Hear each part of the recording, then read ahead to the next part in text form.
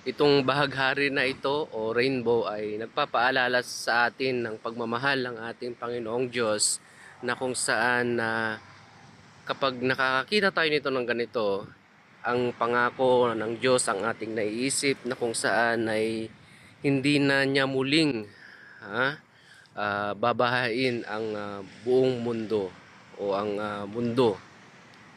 Ayan.